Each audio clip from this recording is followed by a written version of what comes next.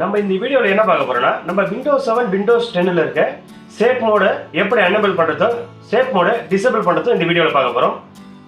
அதுக்கு முன்னாடி இது வரைக்கும் இந்த சேனலுக்கு நீங்க புதுசா வந்திருக்கீங்கன்னா கீழே இருக்க ரெட் கலர் சப்ஸ்கிரைப் பட்டனை பிரஸ் பண்ணிடுங்க, பக்கத்துல இருக்க பெல் ஐகானை பிரஸ் பண்ணிடுங்க. இப்போ வீடியோக்குள்ள போலாம்.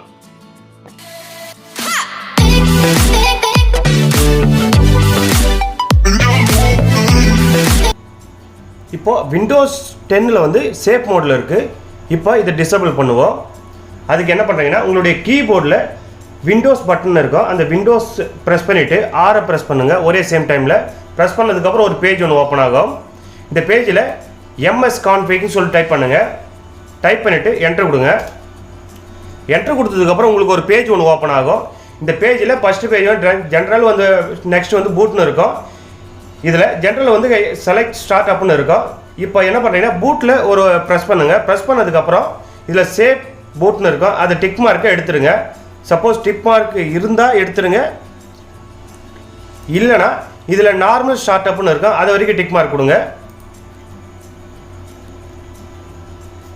சப்போஸ் இப்போ உங்களுடைய பிசி ஒரு சேஃப் மோடில் சேஞ்ச் பண்ணணும்னா அதுக்கு பூட்டை ப்ரெஸ் பண்ணிவிட்டு இதில் வந்து சேஃப் மோடை டிக் மார்க் கொடுத்துருங்க. டிக் மார்க் கொடுத்துட்டு நீங்கள் அப்ளை ஓகே கொடுத்தீங்கன்னா ரீஸ்டார்ட் கேட்கும். ரீஸ்டார்ட் கொடுத்ததுக்கப்புறம் உங்களுக்கு சேஃப் மோடில் மாறிடும்.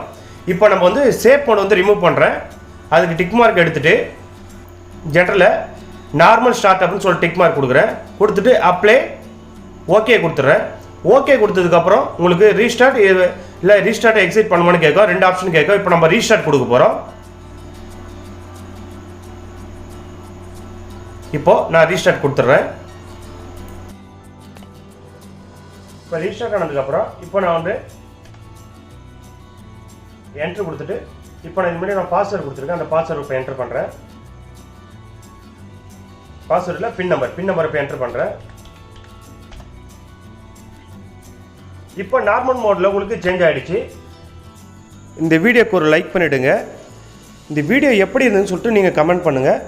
இந்த சேனலுக்கு புதுசாக வந்திருக்கீங்கன்னா கீழே இருக்க ரெட் கலர் சப்ஸ்கிரைப் பட்டனை ப்ரெஸ் பண்ணிவிடுங்க. பக்கத்தில் பெல் ஐக்கான் இருக்கும், அதை ப்ரெஸ் பண்ணதுக்கப்புறம் ஆல் கேட்கும், அது ஆல் கொடுத்துருங்க. Okay, thank you.